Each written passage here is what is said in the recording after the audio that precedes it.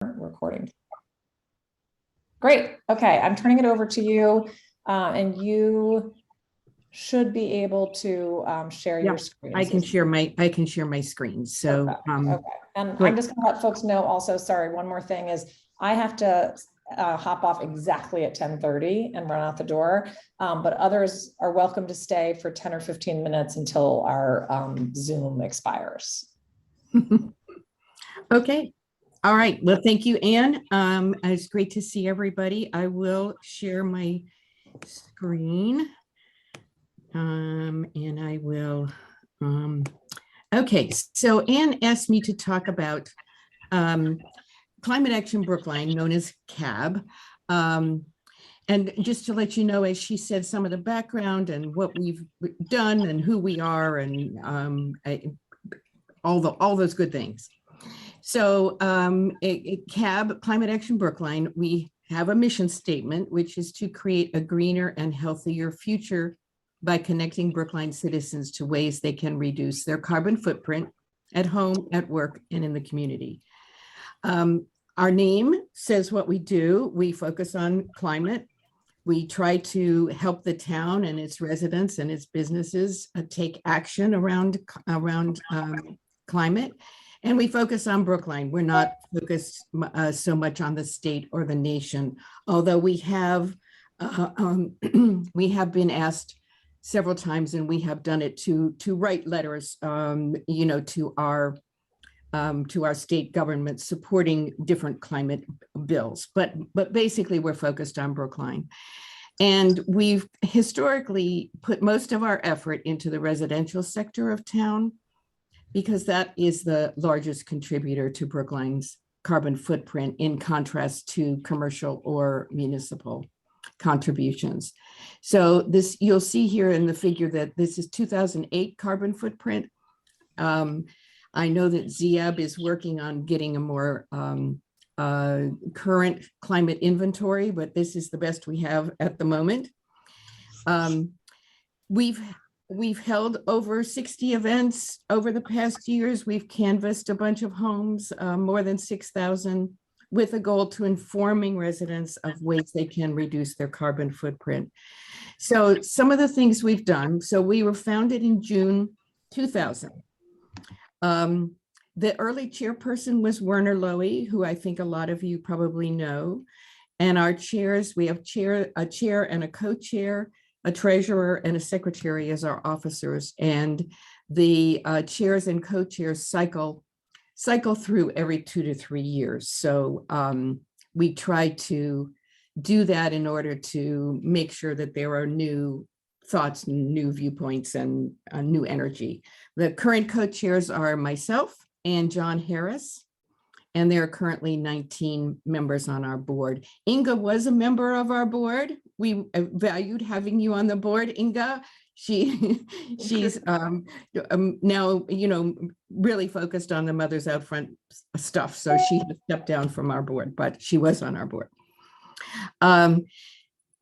Soon after CAB's founding, we co-sponsored an event, and this was before my time, to raise money for solar panels for the Brookline Health Department renovations. So if you've seen the solar panels up there on the Health Department's building, that was in part due to work that Climate Action Brookline did way back then.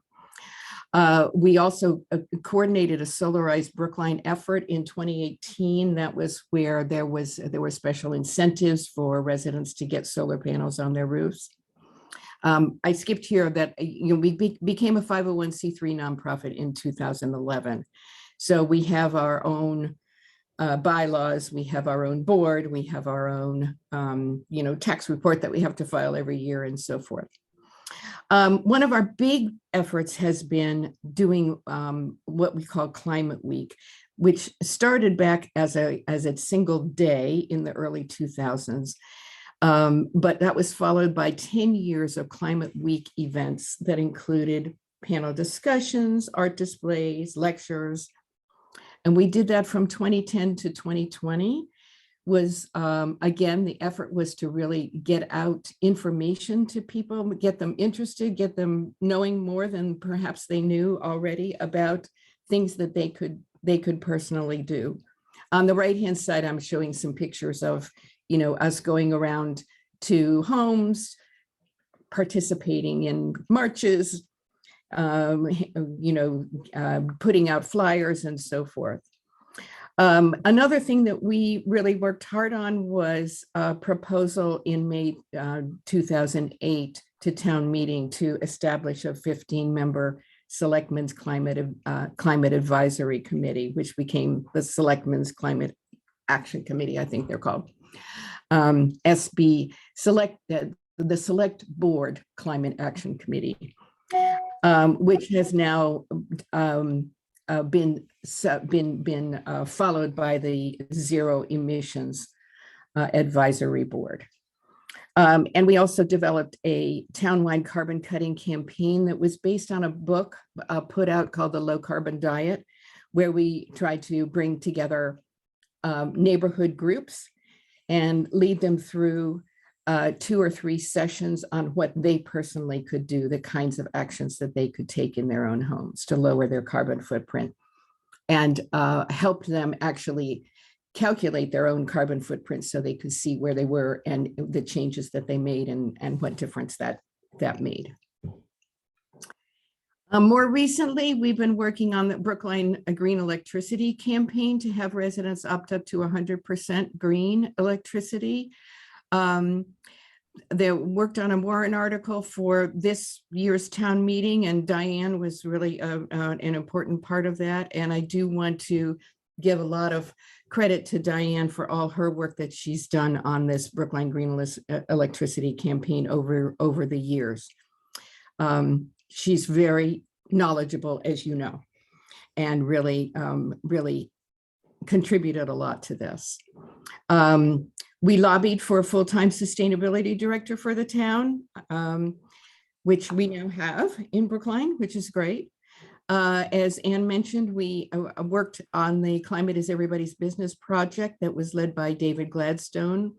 And the team included members from Mothers Out Front, members from CAB, representatives from Brookline Small Businesses.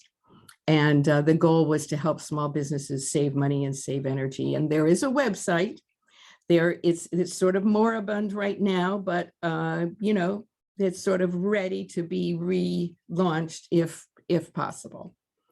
And we put in a proposal to fund an energy coach for using ARPA funds for Brookline small businesses. And it was initiated by the Climate is Everybody's Business team, but then was turned over to the town sustainability director, which was great. We did not get funding in the first ARPA round, but it is going to be resubmitted when the next round of funding is open. We've done warrant articles over the years, including an important one was having Brookline become a supporter of the Paris Climate Agreement. So we are an official supporter of that agreement. We have regular CAB meetings with the select board and school board candidates to learn of their positions on climate action. So prior to town elections, and those meetings are open to the public. And we have regular CAB meetings to review warrant articles that are coming in front of town meeting to that have an impact on climate, to decide which ones to endorse. And again, those meetings are open to everybody. So that's kind of what we've been working on. So just to tell you a little bit about how we're run here, it's all volunteers. There were several years around 2010 when we actually had a paid part-time campaign director, who was Mary Dewart, who I'm sure some of you know. And that was great. We did get funding for that, but it was challenging to get that funding. And we decided we just couldn't financially support the role anymore. So we're currently all volunteers. We have 2 co-chairs. We have a treasurer, a secretary, and a board with 19 members. And I'm listing the board members on the right-hand side here, if there are people you may well recognize.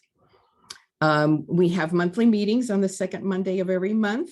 We take August off, and meetings are at 5 p.m. on Mondays, and they've all been on Zoom, obviously, since COVID, but when we get past that, perhaps they will return to Brookline Town Hall. And we send out a monthly newsletter with a mailing list of around 700. And actually that went out yesterday. So Diane, I'm hoping you got it. Yes, okay. And if there are other Mothers Out Front people who did not get it, and it did just go out yesterday, and you would like to be on the mailing list to receive it, it is just one a month. So it's not going to clutter up your email too terribly. So if you're interested, send me an email. Let me know. I can add your name to the list if you're not on it right now. So what's next for us? We basically have 3 priorities that we are working on. Transportation, buildings, and electricity generation. With transportation, and we're just right now in process of trying to decide exactly what we're going to focus on in each of these segments. So we've been talking about bike lanes, about widening sidewalks, about more charging stations, and how can we help with electric vehicles. With buildings, we're thinking about guides, making guides for homeowners of what to do if your water heater gives up the ghost. How can you what are the steps to replace that with an energy saving option. And we would love to, again, have energy coaches for residents in particular, because as you all know, it's not easy. It's not easy to make decisions about what's the best thing to do, or to even understand what the realm of options might be. And I know, Diane and the Mothers Out Front work around the sessions that you all have been doing in the neighborhoods around, with people giving examples of what they've done. Those are fantastic. Those are fantastic. So we would love to work with you all on, making more of those happen. And electricity generation. So there has been a new contract signed for the community choice aggregation program here in Brookline for electricity. And if you're interested, I have some details about that, which I would be happy to go through once we get through this sort of general stuff. So in addition, we want to work with the sustainability director and with the Zero Emissions Advisory Board on a climate action plan for Brookline.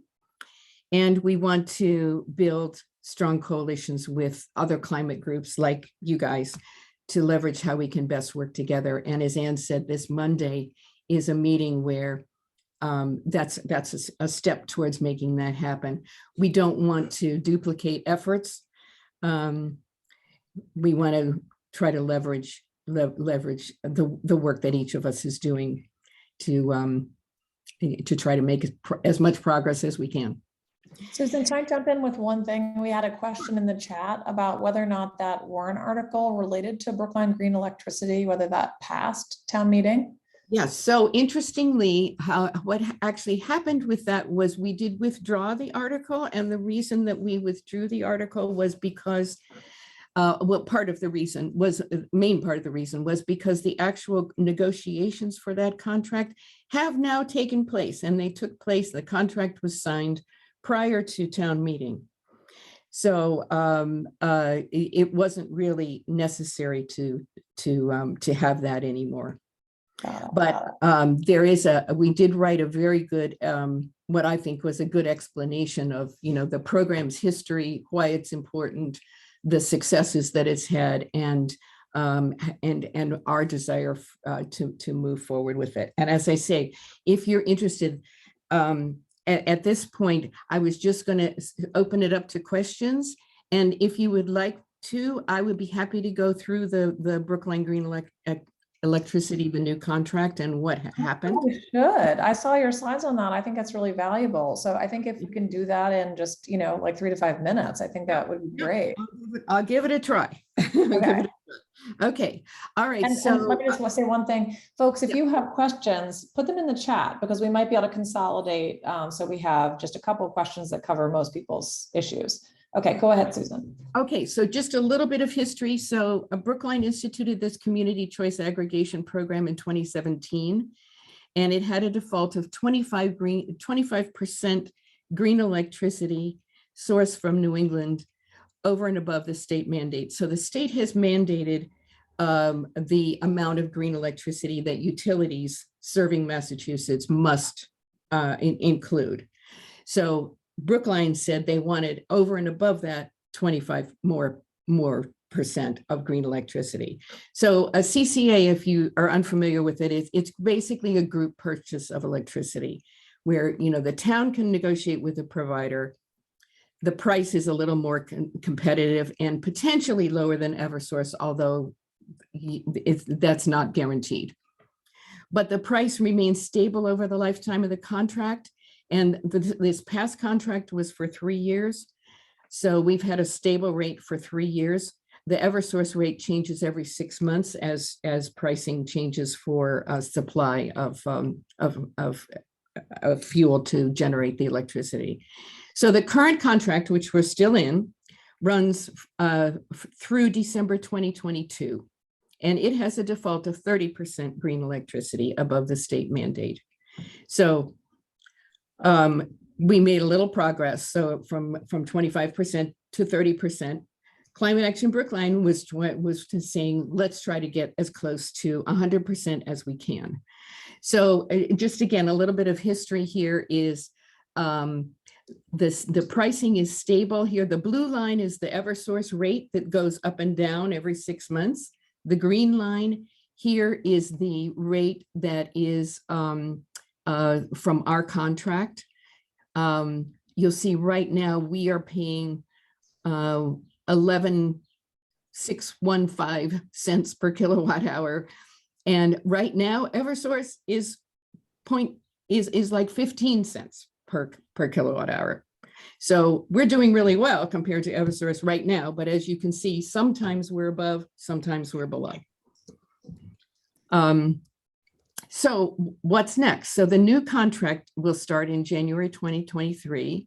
Our goals had been to get as close to 100% as we could and to have all that extra green energy sourced from New England. There's something called Massachusetts Class 1 RECs that are considered to be the best and that support generation of new generation of renewable energy from wind or solar.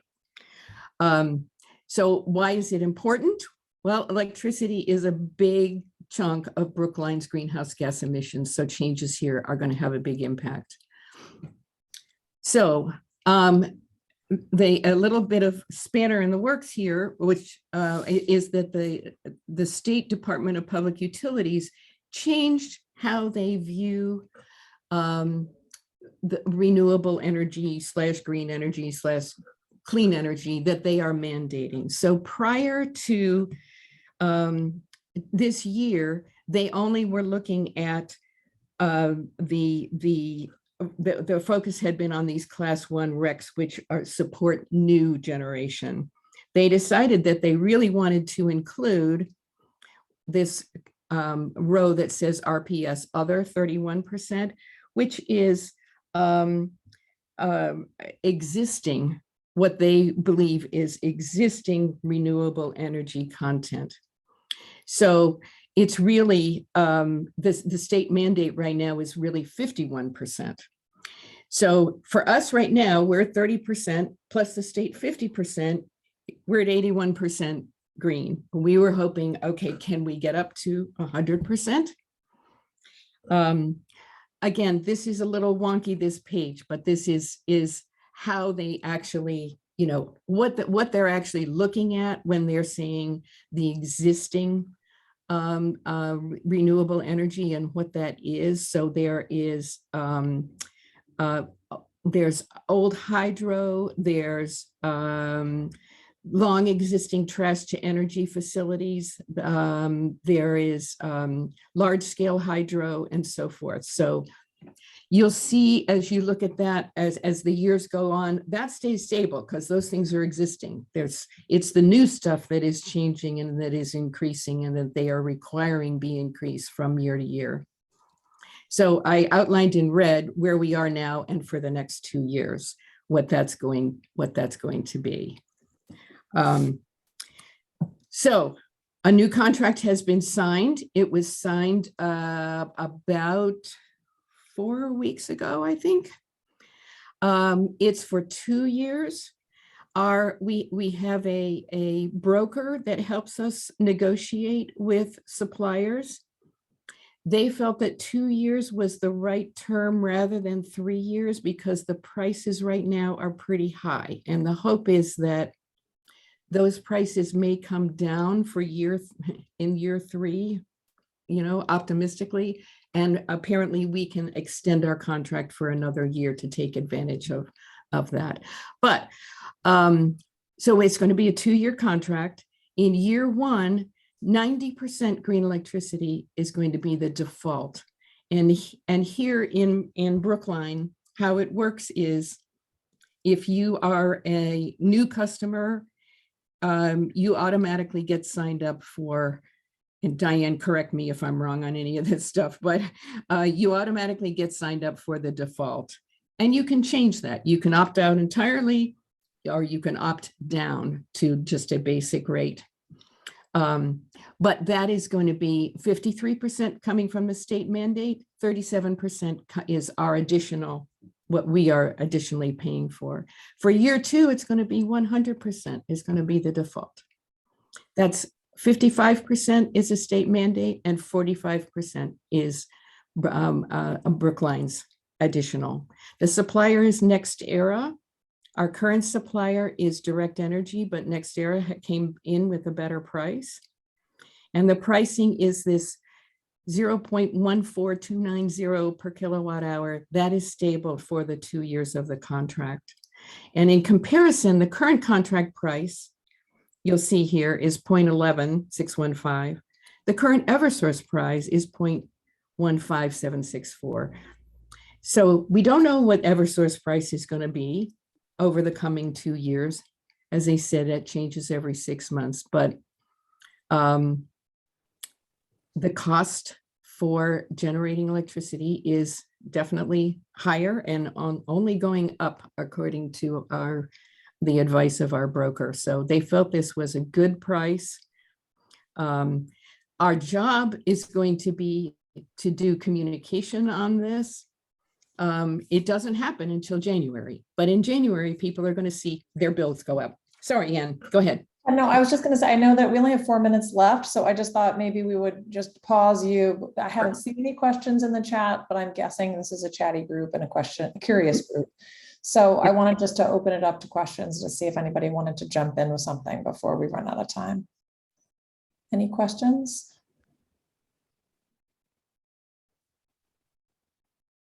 It will be a Hi, Patty here. I do have a question. Okay, Patty. Yeah, thank you. I think that Susan addressed what happens if you're a new customer. If you're an existing customer under Direct Energy, what happens? So you'll get transferred to the new contract. If you're you don't have to do anything. Yeah, you don't have to do anything. Okay.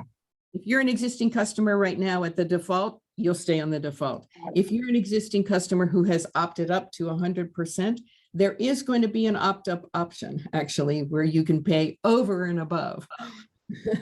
So you'll have that option too, but you'll be given that option. Okay. Yeah.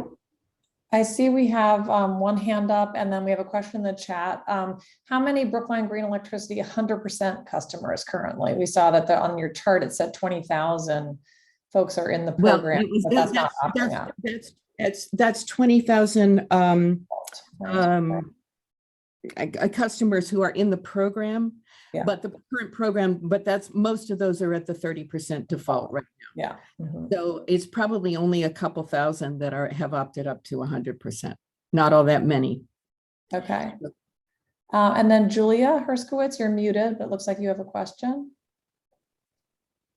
Yeah, what happens if there isn't enough capacity to generate all that green energy? Well, they have made, the supplier has made a commitment. And they pledge to be, we have a contract.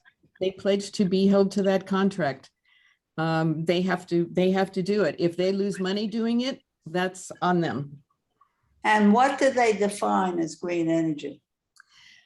So these Mass Class 1 RECs are looking for new energy basically from wind and solar. But what are they using now? They're, well, again, for the Mass Class 1 RECs, like our 30% is all Mass Class 1 RECs, that is wind and solar right now. And the 100%? The 100% is so remember, there's a difference between what Brookline is saying they want with Class 1 RECs. That's all going to be from wind and solar. What the state is saying, their percentage of this, part of that is new from wind and solar, part of it is from existing things like hydro. But they're not including burning garbage and. Well, if there is a waste to energy plant, I believe that is included.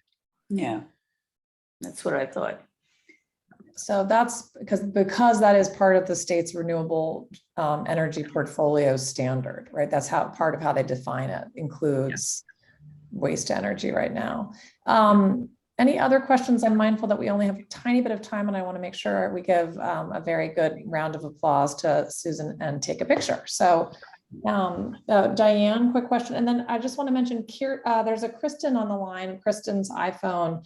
And I don't know that we know who you are because it just says Kristen. So if you want to just put in the chat to me or Kelly, your full name, so we can make sure to send you the follow-up, let us know. Okay, go ahead, Diane. So I looked through my email and I don't see a link for the Zoom on Monday nights.